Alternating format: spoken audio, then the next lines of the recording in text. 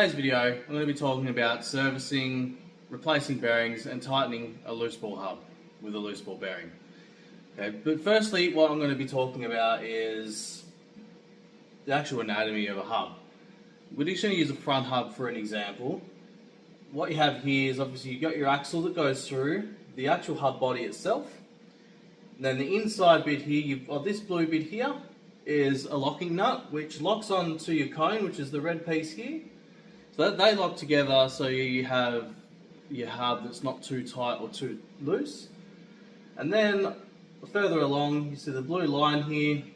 There's always usually some sort of seal, or maybe perhaps it might be rubber, or it might just be a metal sort of plate thing that sits in there, or rubber with a bit of metal inside it. What that does is actually reduces the water that goes inside, or any dirt or contamination. But you can't stop it all, so it's important to service hubs every 2-3 years or something like that. And then inside you've got your little ball bearings. It's a badly drawn one, I know, but you get sort of the picture. And then you can see there's kind of like a green thing here, and what that is, that's like an outer cup, or like an outer bearing race if you like. And the balls run on the inside of that, and they're held together by this cone here. So that's kind of how it works. When the wheel goes around, obviously the hub's going around as well, the axle stays in place, and the only thing that stops it from binding up is those ball bearings. So it's actually quite important to keep those lubricated and greased and regularly replaced, because the bearings do get hot and they can overlyse, and that's going to cause sort of loose spots and tight spots, and eventually it can destroy the cones and can destroy the hub as well. Now, enough of me talking about how it actually works. I'm going to show you how to actually do it. So pretty much all you need to do this job is some cone spanners. Now they're always going to be a different size, but in this one, for this wheel, I need a 15 for the lock nut and a 13 for the cone. And I've just got a 15 here for starting towards the end, which I'll show you later. And this one has some random dust covers, so I need this because it's like a 20, which I don't have a 20 or a 21. Right, so firstly, with this wheel, we've got to remove the dust cover. Now I talked about this before, sometimes you can get a little rubber one, you'll just push that off and take it off straight away. But in this case, it's an aluminium one, so I'm going to have to use this to actually remove it. Now, I'd already pre-loosened that one, so that's pretty simple. Also, what you'll want to use as well, you want some grease and you want a couple of rags. So I usually have one rag like this, just to put all my stuff on. This one's already pre-loosened, so I'm just going to take that off straight away. I'm going to chuck that there. Now, so this is where we're going to use our cone spanners. So the 15 will go on the lock nut somewhere here. What we're going to do first, put the 13 there, and then you got your 15. We're just going to push this one anti-clockwise to loosen it, like that. And then I'm just going to undo that.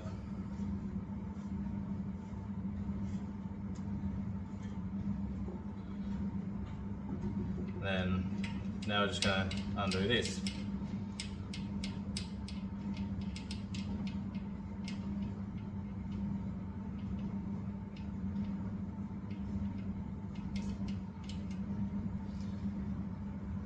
That's your cone there. Right, so now we're going to use our rag.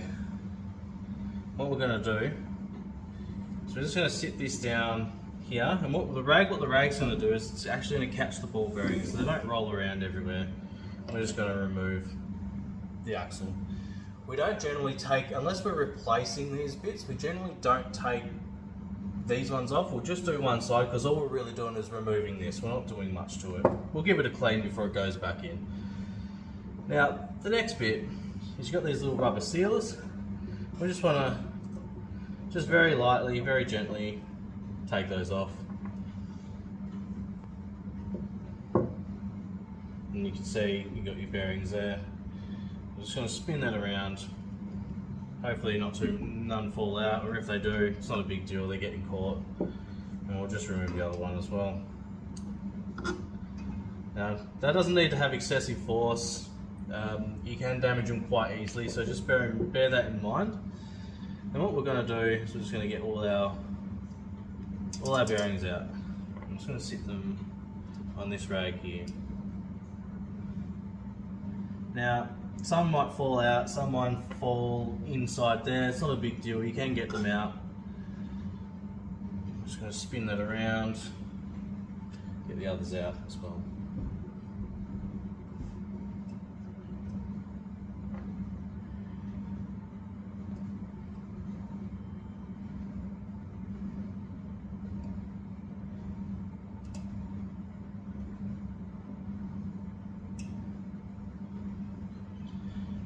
There we go.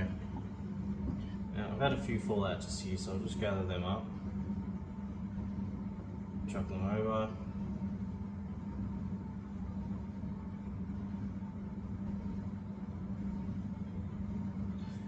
Right. Now I'm just going to look inside. It's a bit hard for you to see, but I'm just having sort of a deeper look. This one's actually kind of good because it's straight through. Sometimes it will be a bit hollow on the inside and it will get caught in the cups here. But in our case, that's not the case at all. So we're just going to give that a clean. Sometimes a bit of degreaser or something is alright, but the issue with that is if you just want to do a sort of a quick job, you have to wait for the degreaser to completely dry and you have to wash it out, and it can be a bit of a pain. So I just generally just give this a bit of just a rub out. Because you're going to pick up majority of the moisture and all that as well. Now that's pretty clean, so you can see, I'll see if I can get this up close. That's your cup there.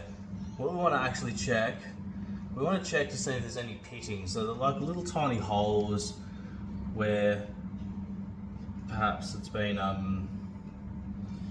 sat for a while and gone rusty or just overuse. This hub's looking actually pretty good, so I'm pretty happy with that. Alright, next what we're going to do is we're going to clean the cones. So the reason why we do that is we also want to check the pitting too. So having a look at that, that looks pretty new. You can tell this bike hasn't really been used, even though it is quite an old bike. We'll just go ahead and we'll give this a clean as well. So we don't want to mix old grease and new grease together where possible. We can see the pitting, it's not very pitted, or rather it has no pitting at all. So that checks out fine. Right, next what we want to do, so let's just get the wheel out of the way. I'm just going to lay this down here. We want to get all our bearings and just lay them out. So what we're going to do, we're just going to give them, similar to what we did with the cups and the cones, we're just going to give them a bit of a clean.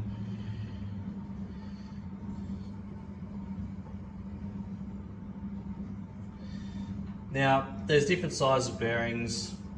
I haven't measured these ones, but best practice, if you're not sure what size, just take it down to your local bike store and they'll be able to get you the correct ones most of the time.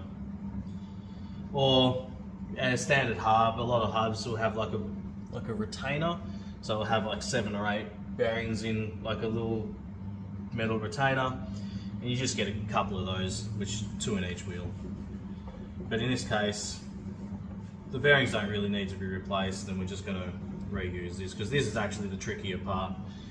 The retainers are very easy to put in. You just grease them in, chuck them in the wheel, they don't fall everywhere.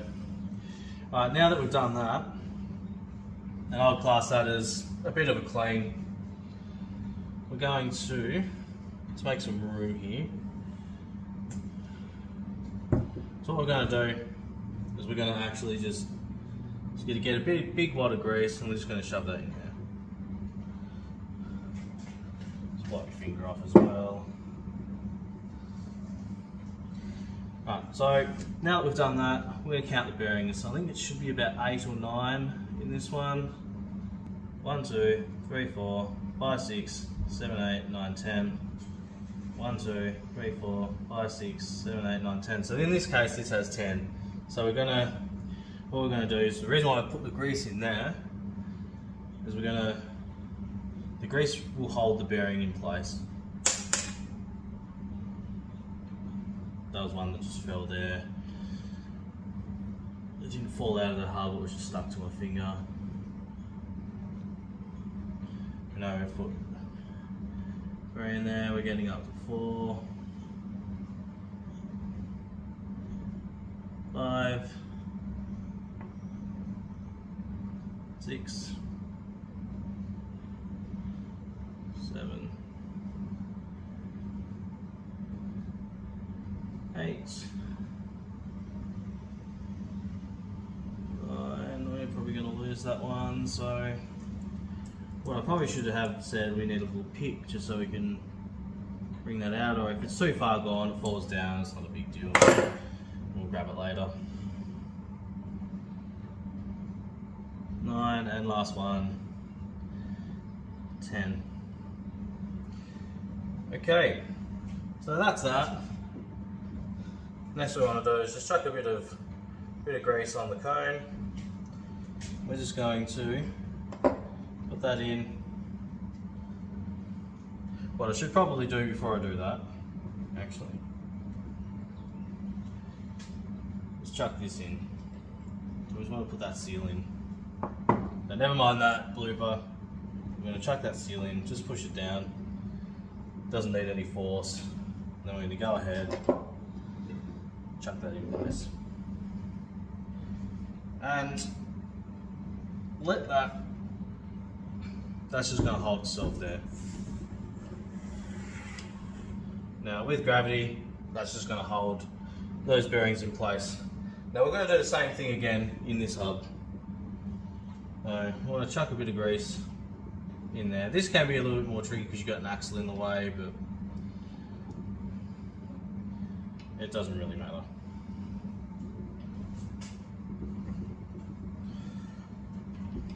Now what we're going to do, just going to grab our ball bearings, just chuck them in place. Now you can, it's a little bit easier to put the ball bearings in once the axle's in, because it doesn't really have room to fall anywhere other than where it needs to go or somewhere close.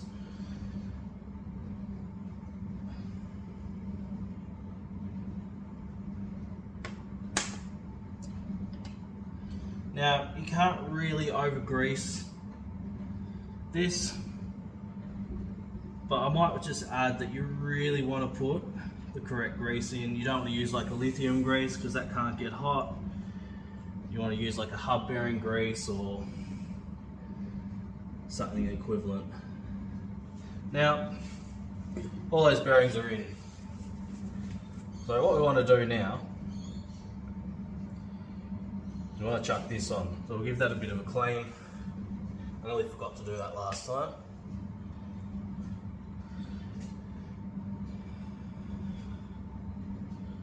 Maybe just chuck a bit of extra grease in there. Probably not really required, but anyway. Grease our cone.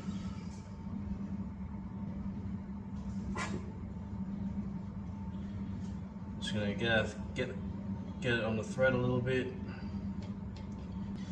So we want to get a couple of threads onto it, just so it doesn't fall off. We want to try and keep the pressure on those bottom bearings. I'm just gonna turn from underneath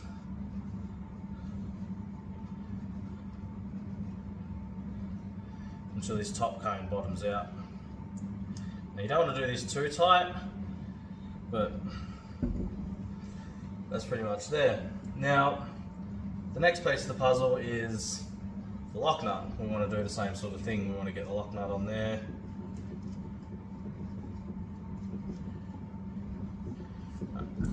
So that hub's pretty much together now, except for those dust covers, the external ones, which we just do last, or close to last anyway.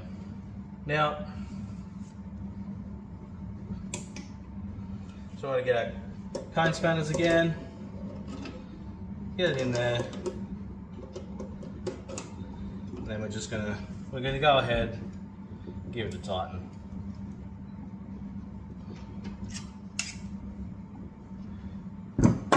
like that. Now I want to have a feel, just move it around, see if there's any loose, so I can feel that's a little bit loose. That's where this is going to come in handy. If this was tight and you couldn't spin it, then what you would do is you would want to loosen it off and restart again until you got it just right, or there was a little bit of slop in there. So this has got a tiny bit of movement. So what I'm going to do is I'm going to have my 15mm cone spanner, which can fit onto the lock nut, and then this 15mm will fit over this lock nut, and then we're just going to push them clockwise to tighten ever so slightly.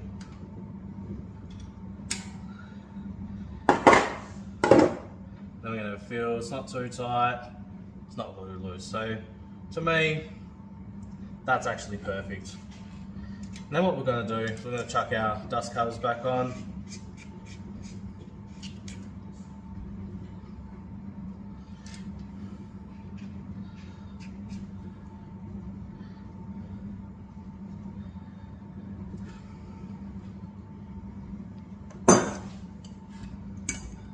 Yeah.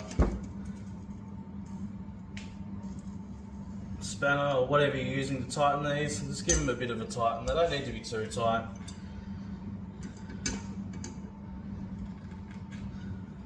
There we go. Right. So the last thing a lot of people forget, even mechanics in shops, we put this back on, but we want to just dump a little bit of grease on it like so, and we're just going to go straight in like that. And then the reason why I put the grease on there so it doesn't get seized inside the axle. And then you've got this little paste. This is going to be on either side, this little spring. So the smaller side of the spring wants to be up against the axle, and then the bigger side of the spring wants to be against this. A lot of the time I see wheels getting pulled off. I see people doing it like that because it looks like it makes sense, but what's actually happening is, well, that's not incorrect, because it needs to go right against the axle. Because if the bigger side's on the lock nut, then you're not going to be able to put your wheel in properly.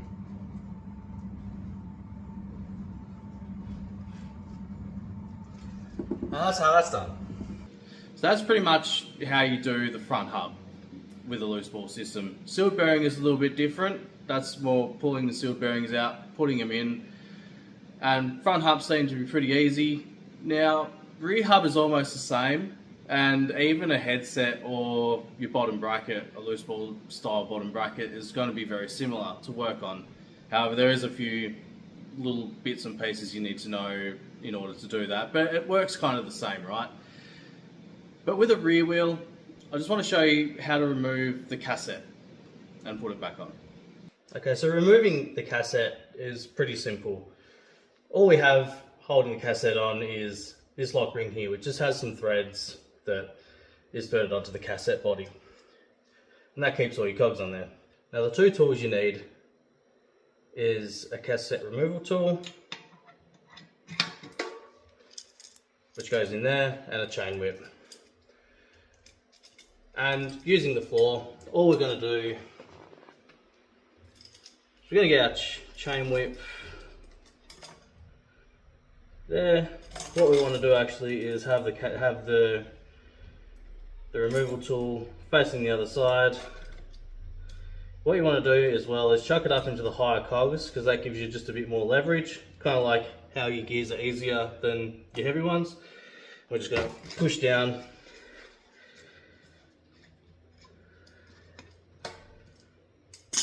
and that pops off.